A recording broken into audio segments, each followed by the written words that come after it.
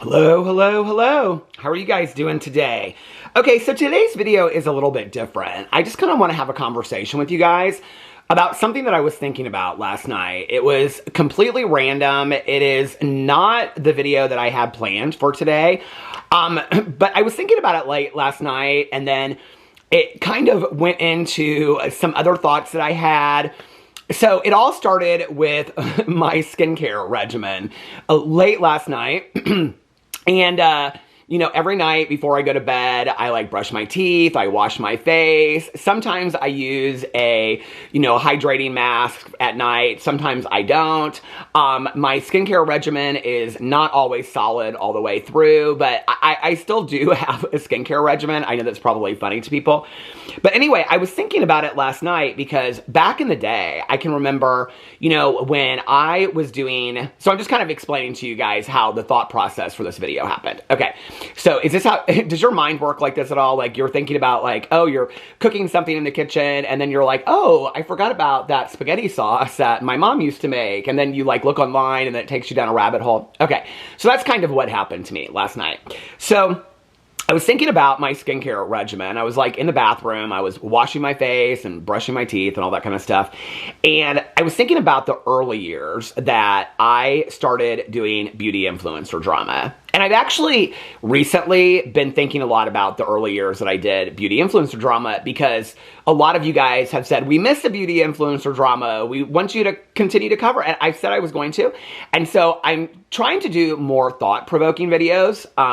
Not just maybe, I'm still going to bring the drama, but still maybe do some thought-provoking videos as well. And so I was thinking about the early years that I started doing drama commentary on beauty influencers. And I think at the very beginning, I think my very first, I just passed 9 years. September 1st was my 9-year anniversary. Thank you, of doing drama commentary on YouTube. And my very first video, I believe, was talking about Jeffree Star and Kat Von D and this fight that they had, this falling out over the logo, Jeffree Star's logo. And so that was my very first drama video that I ever did. I'm not going to give the whole history, but anyway, and then from there, I found other drama channels and I found Manny MUA. I think he might have been the second or the third beauty influencer that I started watching regularly. I found Patrick Starr from him, and then it just kind of I would say within probably a week, I was watching a lot of these people. I think Toddy was probably one of the people that I started watching last, because she really at the time, even though she was considered a OG beauty influencer, she wasn't somebody that a lot of people were talking a lot about at that time. And so she kind of came into the picture later, but a lot of people at that time were talking about Jeffree Star, Jaclyn Hill. Jaclyn Hill, when I entered doing drama, already had a lot of drama surrounding her, but people loved her. I mean, this was a time that people, if you remember back, people loved these beauty influencers. And so it was the very, very beginning of discussing scandals and drama and stuff. So anyway, I would watch, every day, I would watch almost all of their videos. I would watch all of Jeffree's videos. I would watch, Jaclyn's videos. I mean, I can still remember some very specific, I can remember eating in McDonald's, and the McDonald's up the street that's now closed down. I can remember sitting in there because I had never eaten inside that McDonald's before, and I was like, this McDonald's has a fireplace. And I was sitting there, and Jeffree Star and Nathan had put out a video together. And I think it was Nathan and Jeffree Star's very first video that they had ever done together. I can remember eating French fries and sitting in the McDonald's watching that video. So I used to watch all of the videos back in the day, and when they would recommend products or they would put products up, I would rush to Sephora, and I used to do a lot of Sephora hauls, a lot of Ulta hauls, and I was spending quite a bit of money as somebody that doesn't wear makeup and is not anywhere any kind of skincare guru at all. I think we know I love to be in the sun in the summer and on vacations. I was spending quite a bit of money on products that they would recommend because I was so excited about it. They would talk about these products, and then I just got so excited about it because I was so into the world of watching these people. And it's interesting because today when I cover these people, there's always super fans out there that will say things I'm not really sure, first of all, I want to say, why the word super fan has such a negative connotation. I mean, I am definitely a super fan of some people out there, and I would own that all day long. But whenever I say that, people are like, no, it's not that I'm a super fan. Own it if you're a super fan, you know, and defend the person that you're fanning over. I think that's honorable to do, you know. But anyway, to this day, you know, every time I make a video about somebody out there, some super fan will get upset and say, oh, you've always hated these people. No, I haven't. And if you go back to the beginning and you watch my channel, I took up for a lot of these influencers. I really, really did at the beginning. And I would talk about if I ever met this person, I'd faint a million faints. And I used to say that quite a bit. And then I did meet some of these people, and I talked to quite a few of them on the phone, not just once or twice, but regularly, and developed, I don't know, semi-relationships with these people, and, you know, they texted me, and I texted them, and whatever. And I think that I saw a lot behind, you know, I came in as an older, more mature person so I was naive, but I think I also was like, okay, like this game that these late 20-year-olds are playing in the makeup industry, like they're trying to kind of like run the drama channels a little bit. And I kind of figured it out pretty early on. I think we all did, honestly. But it was still enticing because these people had millions of followers online, and, you know, I don't know, it felt it was a special time.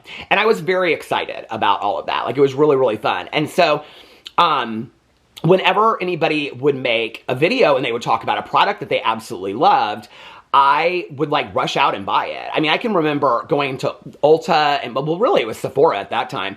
And just like, I mean, probably once every other week, I was spending $250 at Sephora and buying lip glosses and lip scrubs and all this kind of stuff. I mean, I think I owned every lip scrub that Jeffree Star ever put out for years on his line.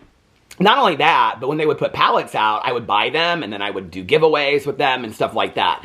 And so I was just really excited about the whole world of like the skincare and all that kind of stuff. Even if it was stuff that I wouldn't typically use, I was like so entranced by it. It just was a really exciting time, you know?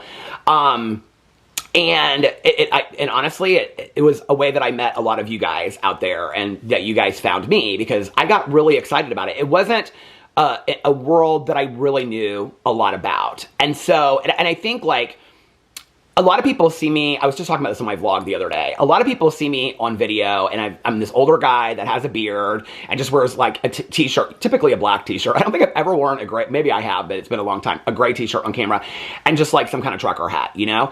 And, but actually, when I was in high school, my dream was to go into fashion design, and I actually applied to a couple schools and got into a couple, and can sew from a pattern to this day, can make my own patterns, made clothes for all my friends in high school, and that was my dream.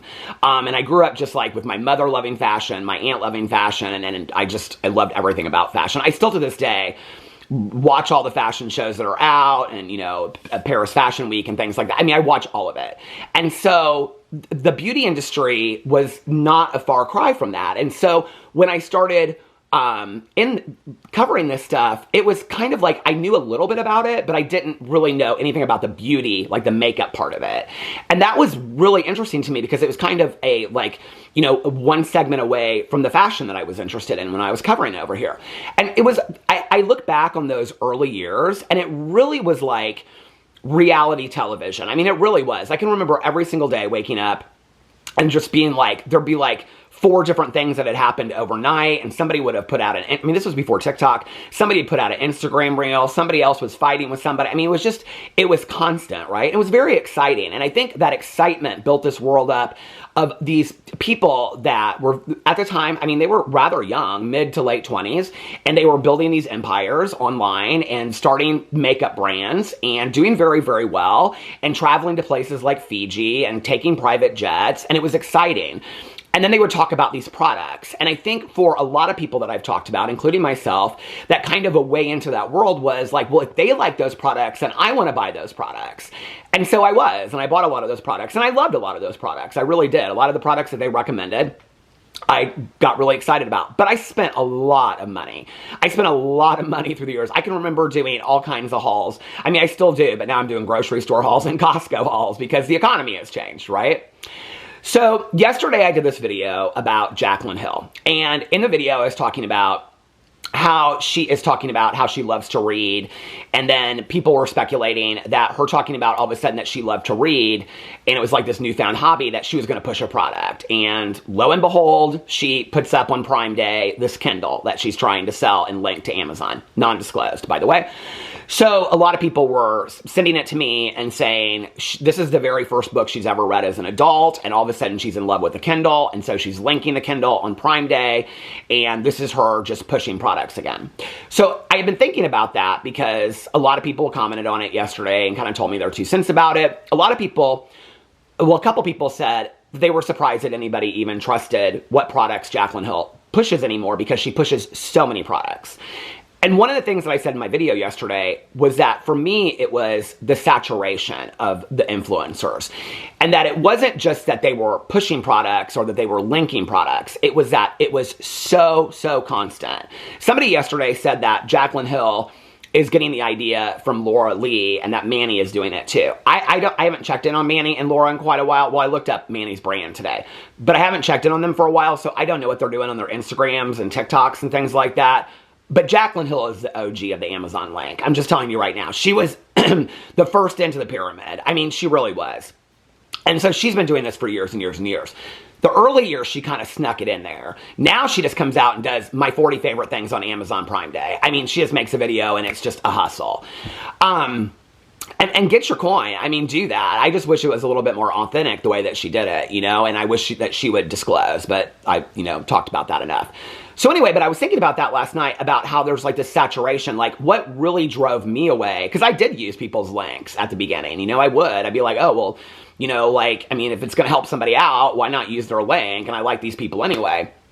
And it really wasn't, because I did the video and then I was thinking about it, it really wasn't about, which doesn't usually happen when I make videos. Usually when I make a video, I'm kind of like done, but I kept on thinking about this throughout the day, because it was in my head. I was like, well, what has really changed for you, And it wasn't that, I don't like these people, so I'm not going to use their link. It was never that. It was that, if I go to somebody, I used an example yesterday of Justin Anderson. Justin Anderson is a hairstylist, and he's with his husband, Scoot, and I don't really know what he does today because he sold his company, but he, just sits around and watches TV shows. I love he and his husband, Scoot, okay? I mean, I follow, his stories.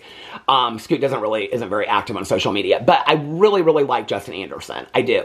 And he's got a side Instagram called Who's Your Daddy, which is where he talks about all TV shows. And I love it. He gives me a lot of TV recommendations. He seems like a really nice guy. I really like Justin. I think he'd be somebody that'd be fun to be have a friend. But Justin, every single day, literally links 5 or 6 things, never discloses, and it's just every day. It's this is my favorite blanket. This is the cream you have to use. Oh, I'm trying this dog food. You got to try this dog food. And it's just to the point, to be honest with you, where I like Justin, but I don't really trust his opinion because everything's a link. So if he has a link to it, I'm less likely to try to, I'm not interested in it because it's so saturated at this point. It's you in the last week have put up maybe 30 to 40 products, and they're all your favorites. And I shared in my video yesterday that I tried to come up with a video for my Peter Does Stuff channel of my 30, 20, 10 favorite things I had bought at Amazon that I can't live without. I couldn't even come up with it. And I buy a lot of things online. So for me, it's saturation to where I honestly, on stories, I just go do until they get to something that because it's not authentic. It's just sales.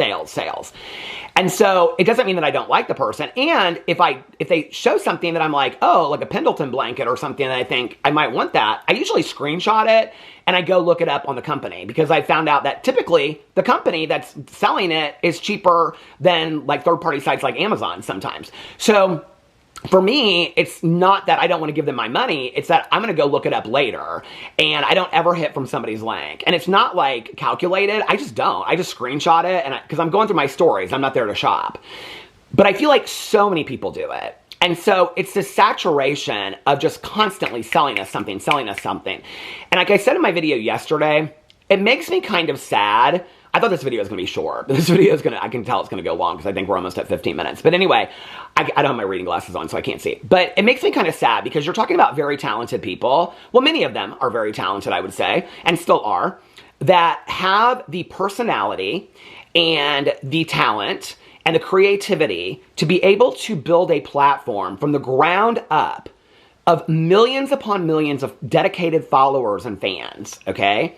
And then what they end up doing with that is just selling link after link after link. They aren't even giving out really any creative content anymore.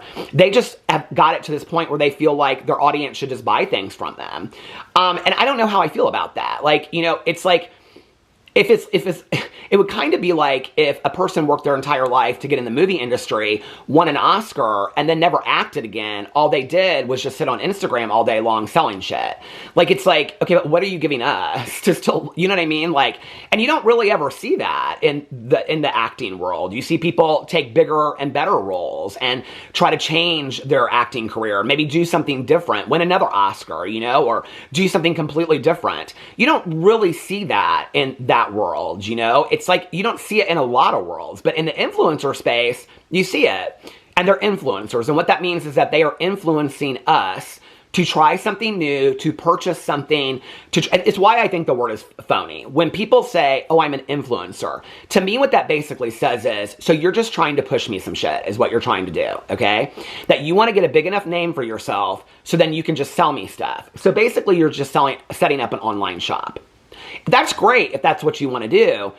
But when you're talking about people like Jaclyn Hill that have spent 10 plus years, okay, building a career on YouTube to just like never, I mean, a lot of people want to come for people like, you know, like Shane Dawson. He still puts out a podcast. Like every week he's putting out a podcast. He's still coming up with creative content, you know? Shane Dawson's still hustling out there because I think that Shane Dawson really loves what he does, you know? Trisha Paytas, like love her or hate her, she is still putting out a podcast. She's still putting out creative content. She's still doing that because I think that they're passionate about what they do.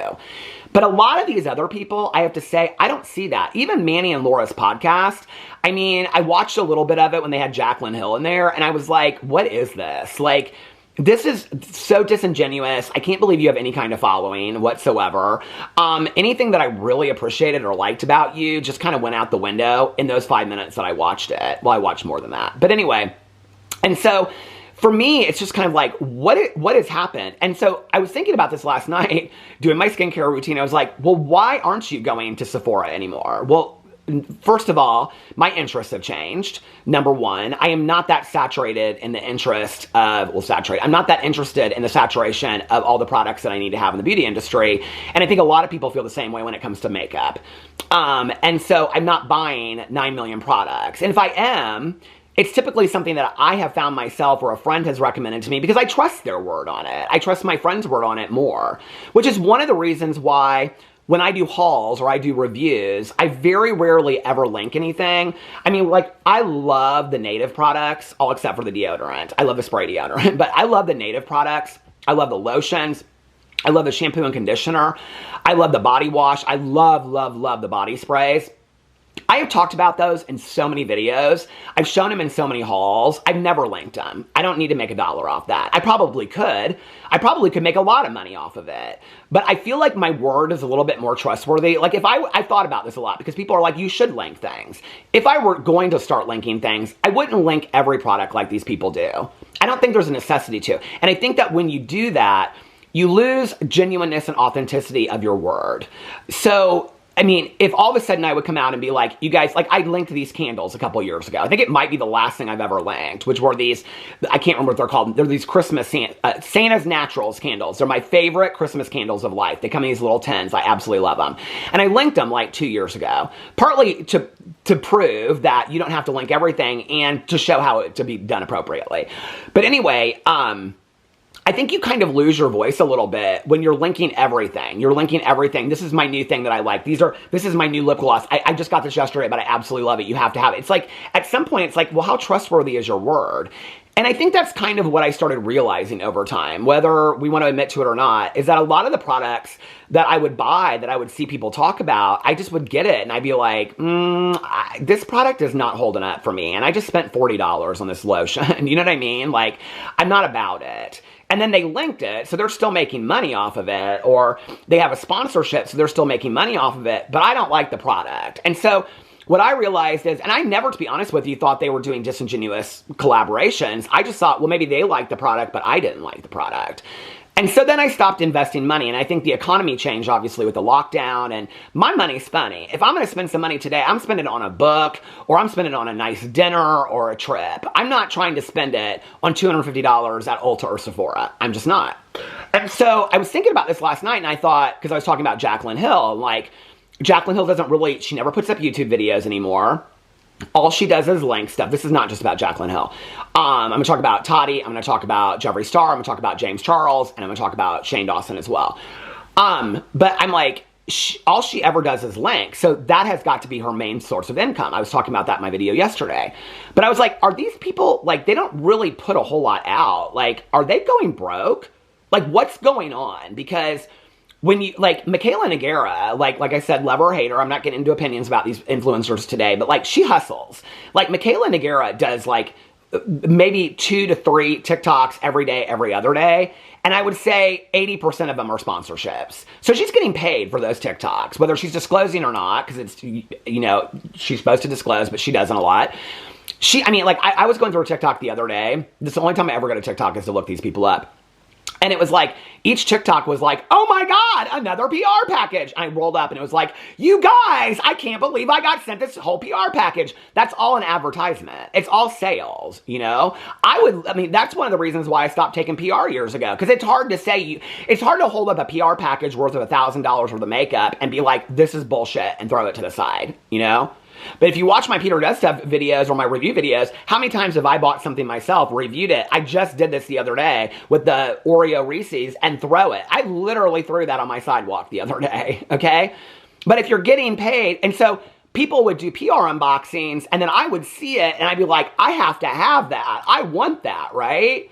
But they're not spending their money on the PR packages, but we're spending our hard-earned money on buying the products. So they're advertisements. And that's how they made their money for years and years and years. So no, they weren't going to do dishonest reviews of PR unpackaging. They might say something like, well, I don't think it gives me as good of a smoky eye as it could, but I think I'm going to give it a couple more chances and see what I think of it. That's kind of how they got around it. But what they really, and we found that out later, when Lipstick Nick and James Charles did the video together and talked about how they hated that Morphe palette. And the only reason that James Charles said that it was a good palette was to get his own palette through Morphe. You know, so we see how dishonest they were years ago, and they laugh at that. Well, how many of you guys spent your hard-earned money on that because one of those influencers hoping to get a palette said that they thought they loved that palette? But what we now know is that they were just doing that. How many times has that happened with other brands? That they've said, oh, I love Tier, and I want Tier, hoping that they're getting a Birkin or a Trip, or that they loved this brand, hoping that they would get a sponsorship from that. I mean, Jaclyn Hill is proof of that. She did that with Poppy. She's done that with a lot of things. And then turned around and got the sponsorships. So for me, I can't trust influencers anymore. I don't. And somebody yesterday asked me, what do you think is the downfall of the beauty industry? I think it's multifaceted. I mean, I think it's probably 5 or 6 parts. I think it's easy to say that, like, the downfall of the OG beauty industry. I think the beauty industry is still thriving and doing very, very well. But I think, like, the OG beauty industry from back in the day, like, that we all watched on YouTube, if you watch the 2014 to 2017, 18 era, I think part of it was that a lot of us, we might still like those people as influencers, but we don't necessarily really trust them. There's some of them out there that I like or I don't really take issue with, but I don't really follow them. And so I don't follow them that closely to even see what products they're pushing. So I don't buy those products anymore. I'm more likely to, like, have an Instagram ad come up for a flannel shirt that I want to buy and buy that than I am a product that Jeffree Star or Jaclyn Hill. Jeffree doesn't really push out many products, but Jaclyn Hill or Laura, I mean, I don't even look at their TikToks or their Instagrams or any of them. So I don't even know what products they're pushing. So my interests have changed. I think a big part of it was that, and I would talk about this, like I was looking up Jeffree Star, like his cremated palette has just been re-released again. I was looking up all of their brand websites. And so when I looked at it, his, like, the cremated palette I think is like, well, hold on a second, I can look at it right here. Because it's some palette that comes right up and it's $58. And I was like, who is buying, where is it at? Oh, I don't have his up. No, his is the one I took down. Hold on a second. Jeffree Star Cosmetics. Because when you pull it up, there's some palette that's like back in stock, the cremated palette. Okay, here it is. Cremated eyeshadow palette, $58. Who needs that cremated eyeshadow palette for $58 right now? I mean, I'm sure there's some people out there that's like maybe 2 or 3. That's like, that's my favorite palette in the entire world. And I said back in the day, and if you remember that, the cremated palette actually came out during the lockdown.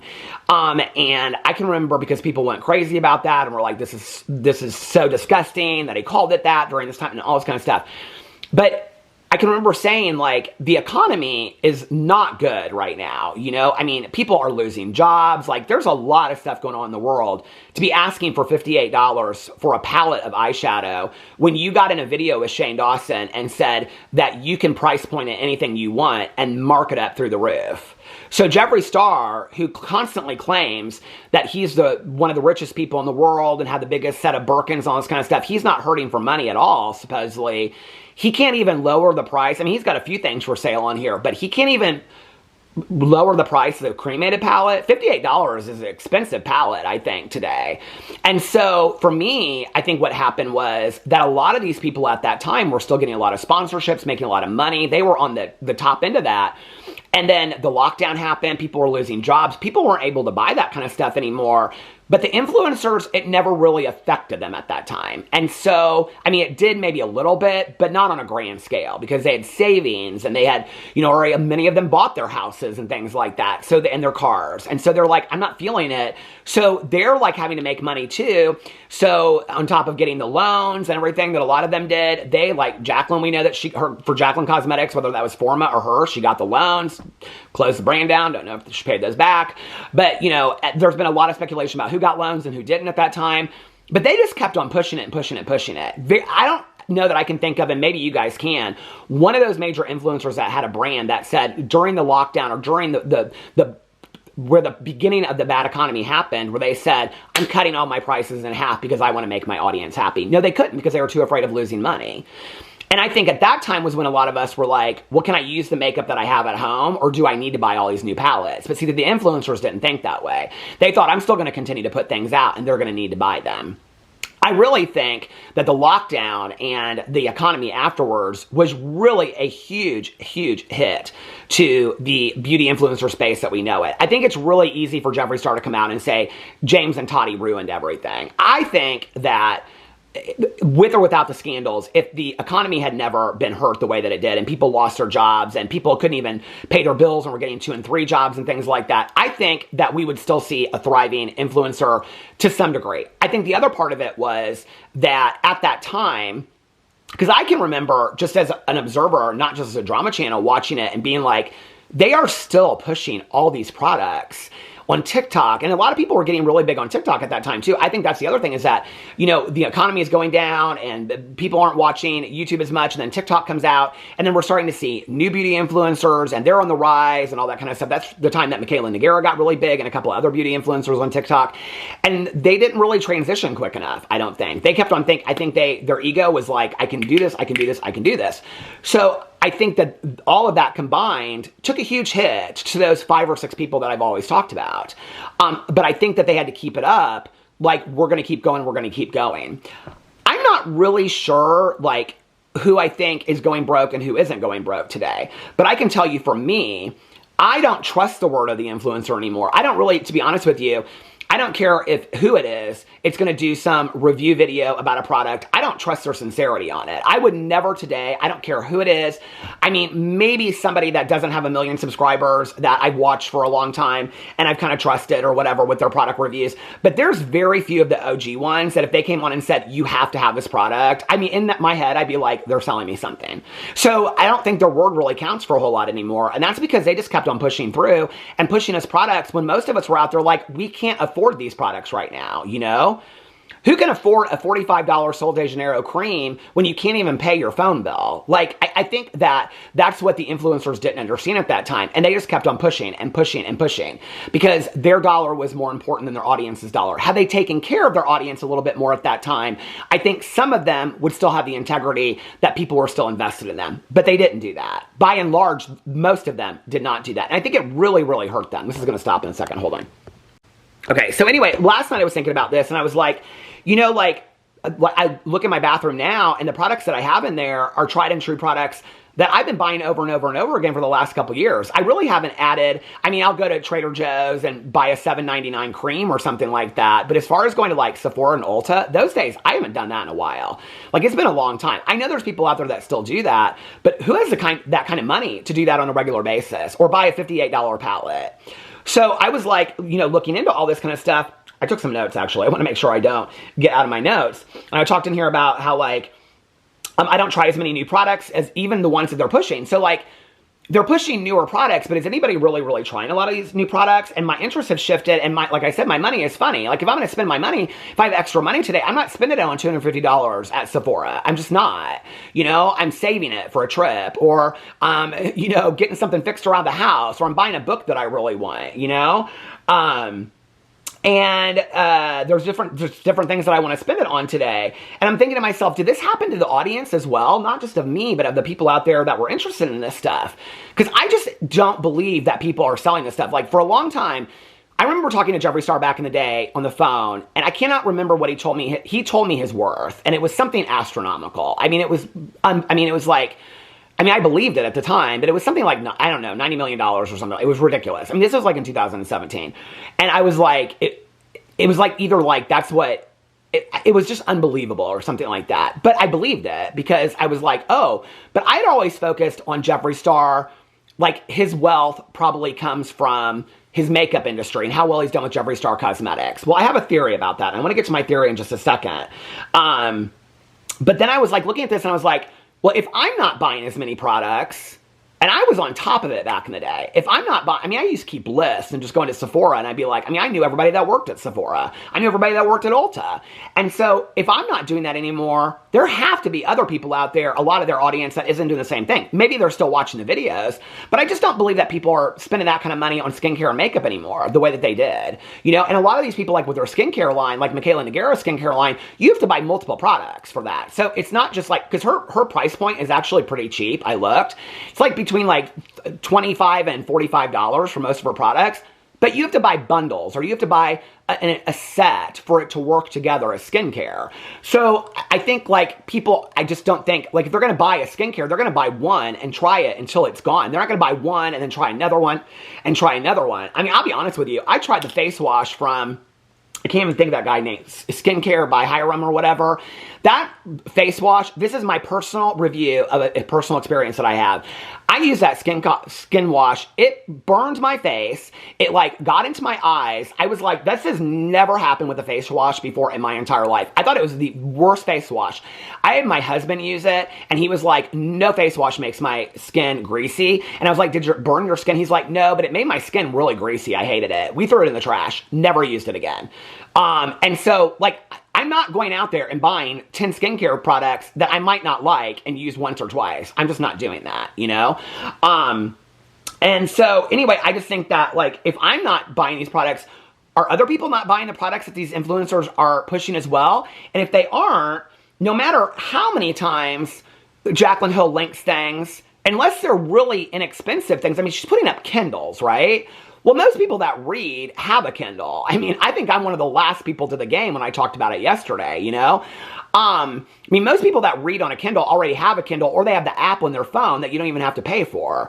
So it's like, I mean, you have to, you know, buy the books off Kindle or get Kindle Unlimited, but you don't have to have the actual Kindle. So she really and she's always pushed high-end products. So I'm like, if people aren't really buying these links a lot, because I'm not buying it from it, partly because I don't trust their opinion or their review. Number one, they've saturated it with just pushing and pushing and pushing and pushing. I mean, they're all just salespeople at this point. And that's fine if that's what they want their business to be.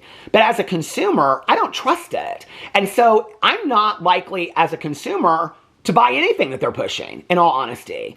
And so if I'm that way, it has to be the same way for a lot of other people too, because I've given you examples of like Justin Anderson, who I love him. I think he seems like a really nice guy. You know, he seems like he has a fun life. I don't have any bone to pick with him except for that he doesn't disclose appropriately for his FTC guidelines. Other than that, but I haven't ever bought a product off of his links. I've screenshot stuff that I thought maybe I'll look into later, just like I screenshot books that I see on the Psychological Thriller Book Club on Facebook. But I've never hit one of his links, and that's not because I don't like him or anything like that. It's just, he saturates it. So I'm like, well, I'm going to look into this more because he just put up 6 links before. So is he selling me something, or does he really believe in it? I need to look into it further myself before I spend my hard-earned money on it. So if I'm feeling that way, I have to believe that other people are feeling that way. Well, the majority of these people are making their money either off of sponsorships or their own brands or AdSense. But like, Jacqueline never posts on, she doesn't have a brand anymore. She's not getting paid by Forma anymore to be whatever she was, the face of Jacqueline Cosmetics. She doesn't have Jacqueline Roxanne. So I don't know. Maybe she's invested a lot of money in property, but there's speculation about house ownership and things like that. So I have to believe that Jacqueline Hill, her main bread and butter comes from these links. Okay, well, if she's getting 300,000 views on her last video that she posted months ago about her Amazon haul, if you take that 300,000 off of 40 links that she has under there, right? Okay, and of those 300,000 people, maybe 10,000 of those will really go in there and buy a lot of those products. Then that one video every 3 months, let's say 20,000, buy a couple products. Not to mention that on Amazon, when you hit one of their links, every purchase that you make for the next 48 hours off of Amazon, and a lot of these links programs like Neiman Marcus and things like that are exactly the same. Every percentage of any product you buy, whether it's their product or not, they earn commission off of. So do I believe that Jacqueline Hill on a Prime video that she makes, yes, that's why they all do those Prime videos, because they make bank off of them. Even if she got just 1,000 people to hit links off of there, she's probably making enough money to live for the next couple months. So Jacqueline Hill is just a storefront at this point. That's all she's doing. Which, like I said in my video yesterday, it makes me kind of sad. Like, you built this entire career. Well, I think part of it is, like somebody said in my video yesterday, she's lazy. I don't know if she's lazy or just bored, you know? It's like, maybe she got to the point where she's like, I want to have a family, I want to have kids. I mean, she's talked about that. Okay, fine. She's not interested in filming videos anymore. She does a few TikToks here and there. Why? I guess if you're making $5 million a year off of Amazon links, then really, what is the point? I mean, when I looked into it, I was like, she only has to post quarterly videos on her YouTube channel. She probably makes so much money off those links on just one video. You guys go in and look how much money you can make on Prime Day. It's like 20 to 30% off of each sale. Well, if she gets 1,000 people to spend a couple $100s over there, and another 5,000 people to spend $50,000 or $60,000, and another 1,000 people or 5,000 people to spend $30, plus everything I mean, add it up. Like, that's a good amount of money that she's making, and she wouldn't even have to be making anything off of her links on Instagram. But then she's just an Amazon salesperson, and maybe she's just like, I'm done. I mean, like, she has said so many times, I want to come back to YouTube, but she seems so bored, so she obviously doesn't want to come back to YouTube. And she seems bitter as hell on her TikToks anyway, so she doesn't really seem like she enjoys that. So people were saying to me yesterday she seems miserable. I don't know. I don't watch her that closely. I hope she's not. I hope she's happy. I mean, she's got a beautiful home. She seems very happy in her marriage, and I hope she's happy. I really do. And maybe that's it. Maybe she's like, I can make enough money to live the life that I have, making off of Amazon links. She should teach it, is what she should. No, she really should. She should teach it how to build a platform and then sell everybody shit they don't need on Amazon. And I'm joking about that, but there's a lot of people that are doing that on Amazon, teaching people how to do it. She should just disclose. So I went in and I looked because I was like, well, how are these people making money? And with Jeffree Star, I think I figured it out, okay? So let me get to that in just a second, because I went in and I looked. Like, the Painted, I went to James Charles Painted, right? James Charles is somebody that consistently still posts on what do you call it, on YouTube regularly. I think, like, he posts at least once a week on YouTube. Let's go in here and see really quick. Hold on. James Charles. Okay, I plugged in James and it came up James Addictions. Okay, James Charles. So, like, his last video was 40 minutes ago and it's already got 21,000 views on it. I mean, that's good. I mean, he's making bank on those videos. He's probably, his last video was 7 days ago, 897,000 views. It's okay, so people laughed at me when I started doing longer videos. I just can't shut up. But have you noticed how people are doing really, really long form content? I said there would be a return to long form content. Well, when you make longer videos and your watch time is longer, so for example, if he's doing a 40-minute video and his average watch time is 25 to 30 minutes, he's getting paid for 25 to 30-minute ads on his video. Versus if he does a 10-minute video, he's getting paid for 10 minutes. Like, if his average watch time is 4 to 6 minutes, he's getting paid 4 to 6. So he is doing much longer videos than he used to do. 49 minutes, 37 minutes, 42 minutes, 44 minutes. And all of these videos are they're around 800 and 900,000 views, okay? So those videos alone, he is probably making every 7 days, I would venture to guess, and I don't know if any of them are sponsorships, I'd venture to guess he's probably making about $100,000 off of this. So that's in a month, he's making $400,000. I know when people, they'll be like, there's no way. Trust me. He's probably making $100,000 off of a 40-minute video that's at 900,000 views right now. Not to mention the videos from his past that people are going back and watching. So I would venture to guess that a month on YouTube, and Social Blade is inaccurate, so please don't go look at that, he's probably making about I would say $350,000 to $500,000 every month on YouTube, okay? Not to mention sponsorships and collaborations that he does. James Charles is somebody that doesn't disclose a lot either, okay?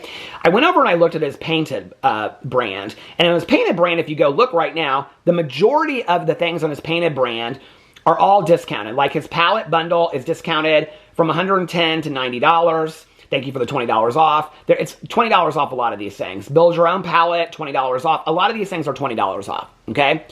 So then I was looking on here and I was like, James Charles does very well on TikTok. He still makes good money on YouTube, okay? So is that all, and the sponsorships and the collaborations that he does, is that all just to keep his brand alive? Like, I think like my take has always been, well, they have these brands, so they must be making a lot of money off the brands. Like, for a while now, I've said, I do not believe that Jeffree Star makes that much money off of his brand. He never sells out of anything. Back in the day, these people sold out of this stuff, like, overnight. Like, within hours. Every website I looked at, Jeffree Star's, James Charles, Tati Westbrook's, Michaela Nogueira, all their stuff is still available. So then I'm in my head, and I'm thinking, okay, I'm thinking about Jeffree Star, and I'm like, so is their presence on YouTube, like, is TikTok, YouTube collaborations all just to pay to say I have a brand, because the brand gives them validity to get into things or to be a makeup artist? It's all kind of keep the wheel turning, but the brand is really not doing that well. Because I don't think any of these brands, to be honest with you, are really doing that well. I mean, he's got all these things are on sale on James Charles. And that is not because he is doing that for his audience. Because every one of these people that I looked up, all their shit is on sale. So why right now in the middle of October? It's not Black Friday. It's not Cyber Monday. It's not a holiday sale. It's in the middle of, I mean, it's 2 weeks before Halloween or 3 weeks. Why are they're all doing sales? Well, probably because they're not selling a lot. I go in here and I look, I'll get to Jeffree Star in a second. I go in here and I look at Tati Westbrook's brushes, okay? Which, by the way, Manny MUA has brushes that are half the price, and they're almost identical to this. Essential set, $133.25. Expansion set, $133.25. The specialty set, $133.25. She just put these brushes out. None of them are sold out. Not one of them. First of all, I'll say this to Tati if she's watching this video, which I know she's not. Your website is hella confusing, okay? Just so I'm somebody that loves to look at websites. So when you go to her website, let me just show you this, okay? When you go to her website, first of all, this is not, okay. When you go to details, her website is so confusing. When you go to it, it has all this, the story and all this kind of stuff down here, okay? When you go over here to the menu, there is it says shop, okay? And I'm like, well, where are the products? So then I hit the shop at the top, and then it takes you to the brushes, okay? Which it doesn't look like a conventional shop. And so then down here, it's like, oh, so then you hit this, and then it's another picture of Tati, and then you have to go down and you have to read all this shit, and then you have to add it to the cart. Baby, your website is too confusing. I'd have gotten off of it by then. I don't need a $133 brush set that badly. So hers aren't selling out. I went to Michaela's website, Point of View, and which she pushes those products. Her products are actually, I think, pretty fairly priced. I mean, like, her Drip It Nourishing Glow Serum is $36. The Amp It is $22. The Whip It is $38. I mean, those are price points of products that I would buy. Her Glaze It is $28. The Drench It is $34. The problem with this is, and she has built it in here where you personalize your routine. You know, a lot of people, I think Jeffree Star included, came out and talked about how basic her stuff was. I actually think it looks really, really clean. I think her website is easy to understand, and I think, like, her price points are fair. She's got the Repair It bundle right now. It was $96. She's taken $10 off of it. And she's got other bundles that were $108, now they're $97, $158, $142. The problem with this is you can't just buy one product. I mean, you could, but to get the full effect, what Michaela would say is you have to buy all the products together. But her products aren't sold out either, okay? So then I go to Jeffree Star's products, and I'm like, okay, well, first of all, hold on a second. I went to Manny's products. Has he had anything new? I mean, like, I'm like, girl, I love that Celine lip gloss, but baby, do you have anything new on your website? Has he done, I mean, is his, Laura Lee closed down Laura Lee Los Angeles. Is Manny next? I'm confusion. So anyway, so I go over to Jeffree Star Cosmetics because, oh, I did have it pulled up actually. Because I'm thinking to myself at this point, like, I have said this for a while, and whenever I say it, people are like, he sells out on TikTok, he sells out on TikTok. I ain't buying it. I do not believe, and for a long time, I have been like, and it's interesting because I've done enough videos about this that nobody has talked about this. I've never received one comment, I don't believe. Maybe I have, but if I did, I missed it. Maybe one. I read all my comments. I don't remember ever receiving a comment about this. But I have for years speculated that Jeffree Star's money is invested in like cannabis farms or properties or whatever. Oh no, baby, I figured it out. I know where his bread and butter is. And recently, it seems to me like he is so not invested in the makeup. I mean, he's putting out the cream. The makeup just gets junkier and junkier. He is going off on TikTok like he does not give a shit about his scandal. For a while, I thought he was trying to build up drama to sell things. What I really think is that Jeffree Star is so insanely rich and bored that he does not give a shit. And if he is canceled a million times over, he doesn't care. And I really do think that Jeffree Star is insanely wealthy. And I think that I figured that out, which, I mean, was right in front of my face the entire time and other people have talked about, but I don't know why I wasn't like until today, like this is where the mass amount of his wealth comes from. And this is why he doesn't give a shit. That he can go off on TikTok and yell and scream at people. And if nobody buys his makeup products, he doesn't really care. Because for him, it was always, he got off the Warped Tour, and then he wanted to be seen. I think the makeup company was more about power than it was about money. Do I think he made good money in the makeup industry? 100%. But do I think it was more about him being at the top of his game? Yes. Because when I look back on the fighting between him and James Charles, and him being like, I want to get to the top, and James Charles would go up $1 million, and then the next day Jeffree Star would go up $1 million, and he was saying all this shit. He was so threatened by James Charles catching on his heels of being the next. He needed to be the biggest, the best makeup influencer out there with his own brand. Jeffree Star needed to be that. That's not about money. That's about power and ego. And I never really understood it. And now it just seems like he's kind of given up on the makeup. Like he doesn't really care that deeply about it anymore. I think because he's bored. I think that's a lot of what it is. And so I was like, because when you look on his website, he's got a lot of stuff on sale here, but he's got a lot of stuff that he's still got same price point. I mean, the mirrors, I mean, who really needs a kitty cat plastic Barbie doll mirror for $32? I mean, that really is just kind of a F you. I mean, you can get a mirror like that at the Dollar Tree. I mean, he's got all this stuff on here, this tote bag that looks like it's got bat wings on it for $65. I mean, you would have to really be a Jeffree Star fan to want to still buy some of this stuff. $65 for a bag that you don't even know the quality of that bag. I mean, that's, to be honest with you, a Patagonia bag, it can run you about $110 for a backpack, okay? So you're telling me Jeffree Star's black tote bag that's shaped like a bat wings is on the quality level of a Patagonia or a North Face backpack? Are you kidding me? So he really doesn't give a shit about his audience. It's really about, I'm the best, I've always been the best, I'm gonna be the best, right? Okay, so then I'm like, well, this is interesting then, because if he's not making any money off of Jeffree Star Cosmetics, he must just have so much money from these pot farms and whatever, because that's really what I thought he made his money on. So then I just happened to be going through and I was thinking about Shane Dawson and I looked up Shane Dawson's merch and I looked underneath here and I was like, oh, he's still got merch up here. Hold on a second. So I looked at Shane Dawson's merch and he's got the denim hoodie and stuff like that he's got out here. He's got a lot of stuff for sale too. Like for example, his $12 slimes right now are $3.50 in case you're dying to get some slimes. I think I might have to go and get me some slimes.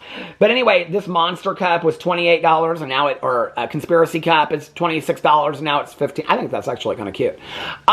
So I was like, does Killer Merch still run Shane Dawson's merch like brand? Because like that was a big deal on the documentary, right? That Jeffree Star was like, come over, and then he started working with, they showed Killer Merch. Okay, Killer Merch, Jeffree Star's merch distribution center that he runs. So I'm like, I can't find anywhere on the Shane Dawson merch site if it's run by Killer Merch. So I go into Killer Merch, all right, and I look underneath here, and when you go to, it says on here, his website's done very well. And it says on here like brand partnership, blah, blah, blah, whatever. Okay, so here is the Killer Merch website. When you go to the Killer Merch website, it has home, partners, store, and contact. When you go to partners on here, okay, first of all is Jeffree Star because he's the owner-operator of Killer Merch. But then when you go down here, Have you guys ever looked at killer merch before? I mean, I may have way back in the day, but I was like, what? He is the merch operator for the UFC, okay? Insomniac Music. He is the merch operator for that. Hold on a second. Breaking Benjamin, I mean, there's bands on here. All the Warped Tour, he does all their merch for them, okay? Now, I know when I say this, you guys are going to be like, well, there's a lot of musicians and stuff in here. Hooters? Every city in the country has a Hooters, okay? Not to mention all kinds of online stuff. When you get down here at the bottom, there's Seether, the band Seether. He's got some makeup companies on here, a lot of bands and stuff like that. But when you get to the bottom is where I was like, what? He's got Shane Dawson on here, so he's still doing Shane Dawson's merch. When you get to the bottom down here after all these musicians, Pabst Blue Ribbon, he's the merch operator for all of Pabst Blue Ribbon and their distributor. Okay, hold on a second. Stroh's, I mean, it's like every major beer on here. Stag, Old Style. You guys, I was like, National Bohemian. I was like, I don't even drink. And I was like, Old Milwaukee. You guys, do you have any idea how much Pony Athletics? I was like, this is crazy. The amount of money he is making off this merch shop. I didn't even go in to look and see how much that merch shop is owned. No wonder he doesn't give a shit what he's saying on TikTok. No wonder he doesn't give a shit about Jeffree Star Cosmetics. Jeffree Star Cosmetics is playing house to Jeffree Star. He loves makeup. He loves to be in the makeup world. He loves to be powerful in the makeup world.